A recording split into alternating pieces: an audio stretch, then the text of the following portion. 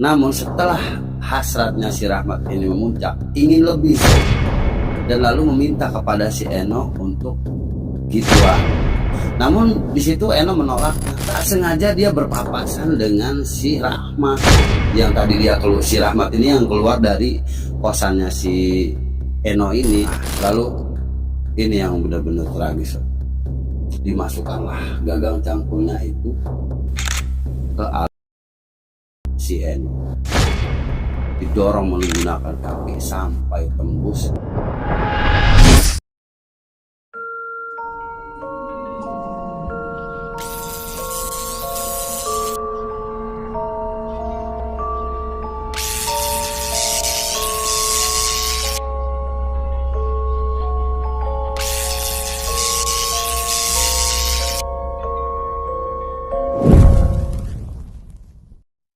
Assalamualaikum warahmatullahi wabarakatuh. Selamat malam sahabat Kismis. Kembali lagi bersama gua Ipong, tentunya di channel Kismis, kisah seputar misteri. Oke, sebelumnya terima kasih yang sudah klik video ini. Semoga kalian sehat selalu, dipanjangkan umurnya dan dilancarkan segala urusan-urusan.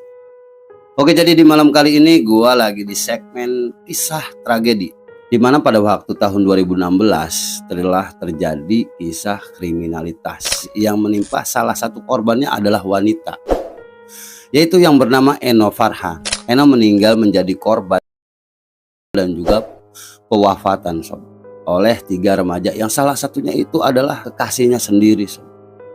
Jadi mungkin pada waktu tahun 2016 itu emang cukup menggentarkan seluruh Indonesia ya, dengan kisah tragis yang korbannya itu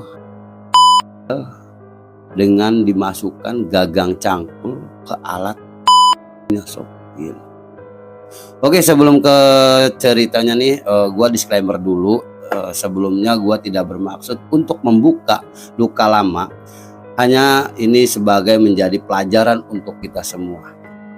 Oke, sebelum ke ceritanya, jangan di skip nontonnya. Dan jangan lupa yang belum subscribe, buat subscribe, like, dan aktifkan tombol loncengnya, agar gua lebih semangat lagi untuk mencari kabar-kabar horor dan kabar tragedi lainnya. Oke sob, langsung saja kita ke kabar tragedi.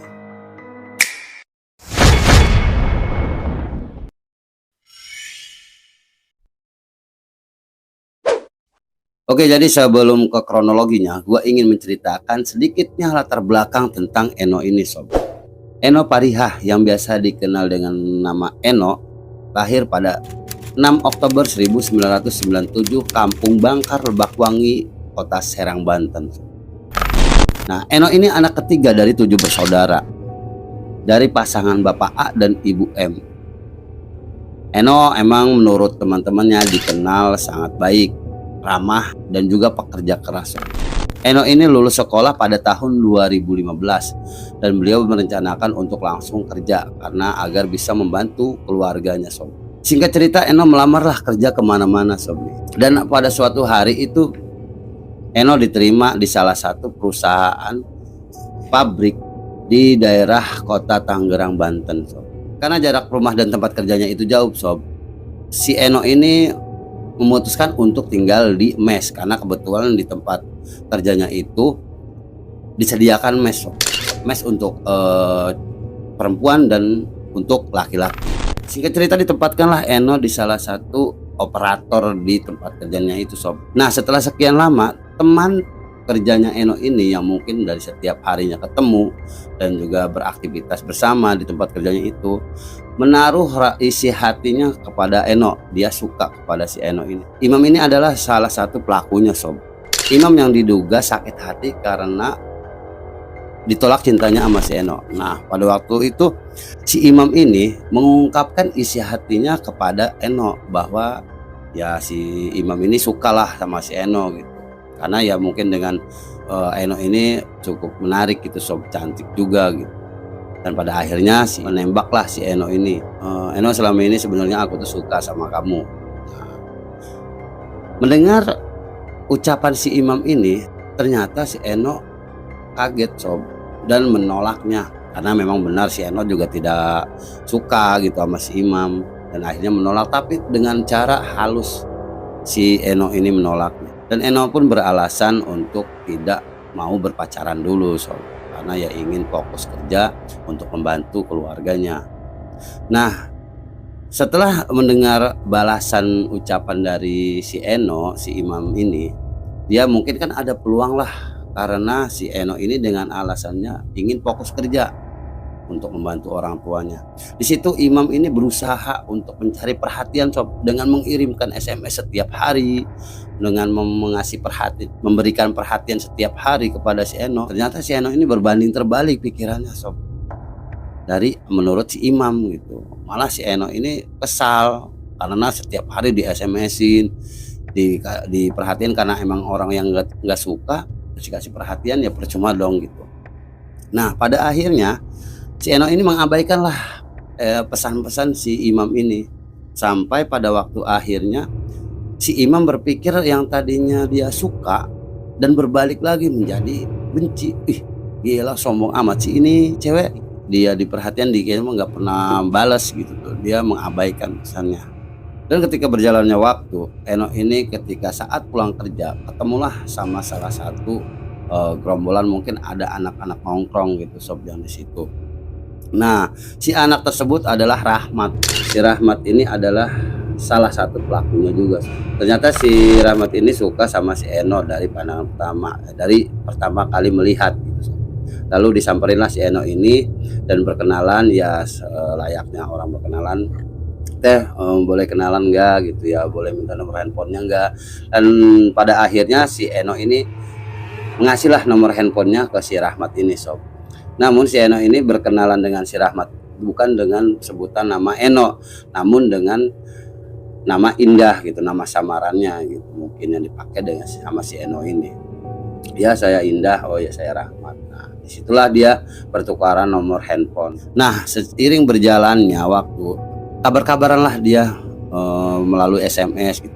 Dan si Rahmat ini mengungkapkan isi hatinya. Namun di situ si Eno ini menerimanya sob, karena mungkin si Eno juga suka sama si Rahmat ini.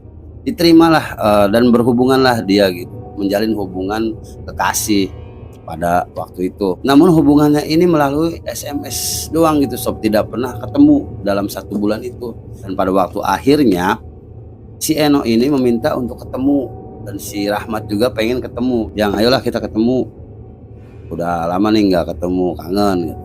Oh ya kalau mau ketemu ke sini aja, ke kosan, ke mes langsung aja katanya. Tapi ya, nanti hati-hati ya, karena di mes ini hanya untuk perempuan gitu, takutnya kalau ada laki-laki masuk dilarang.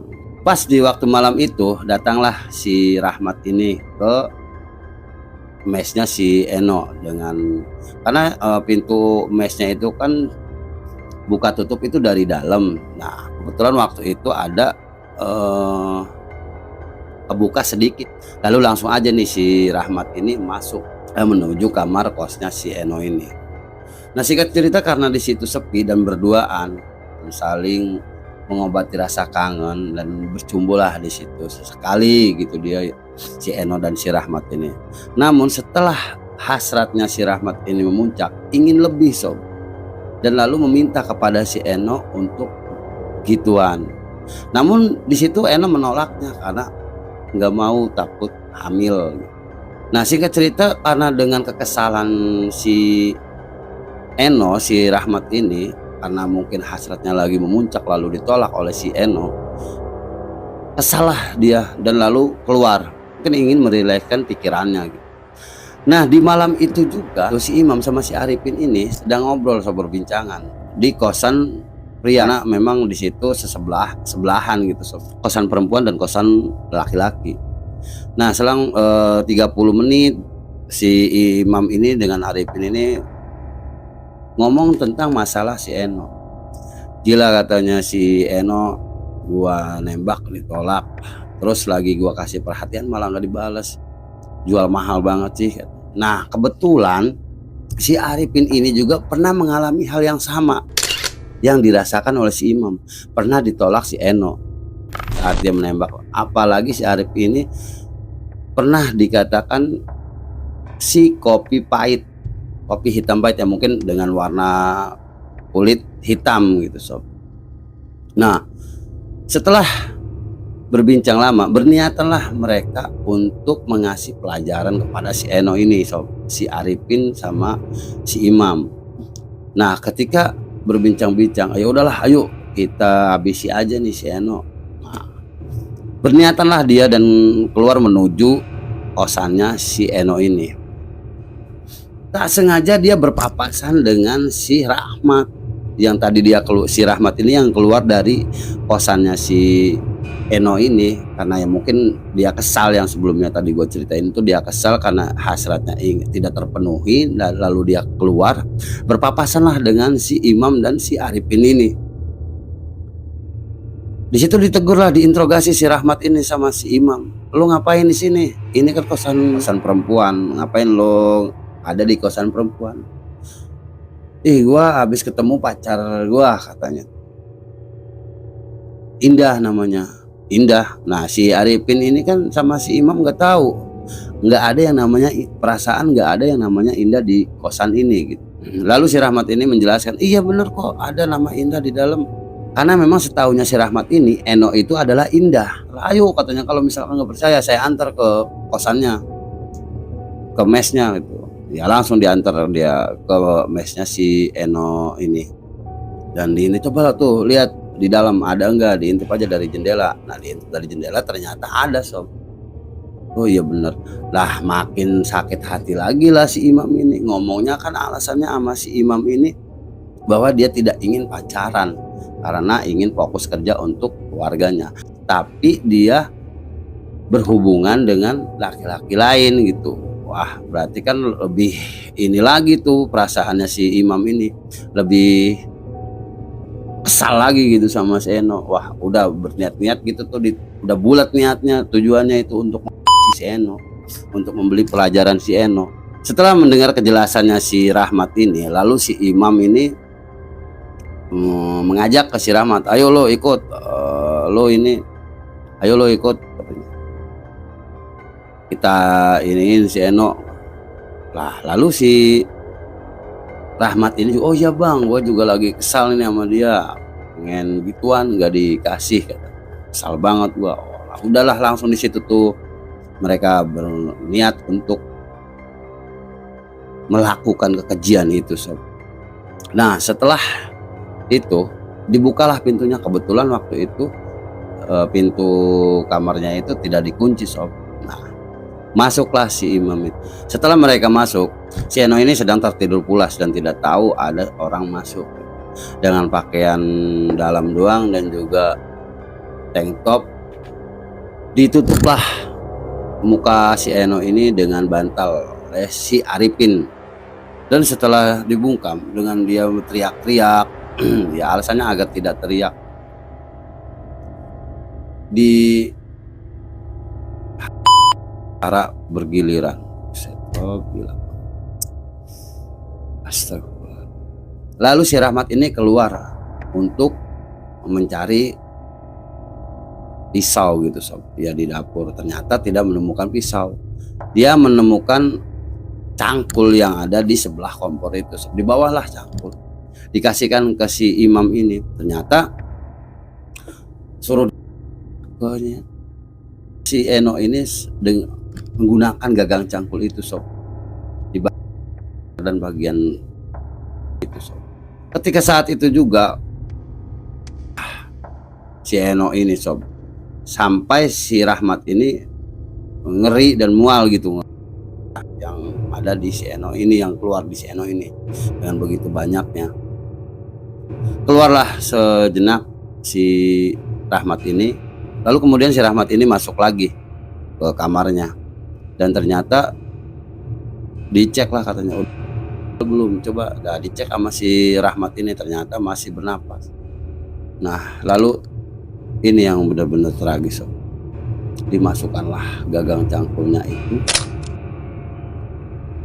ya, si Eno didorong menggunakan kaki sampai tembus.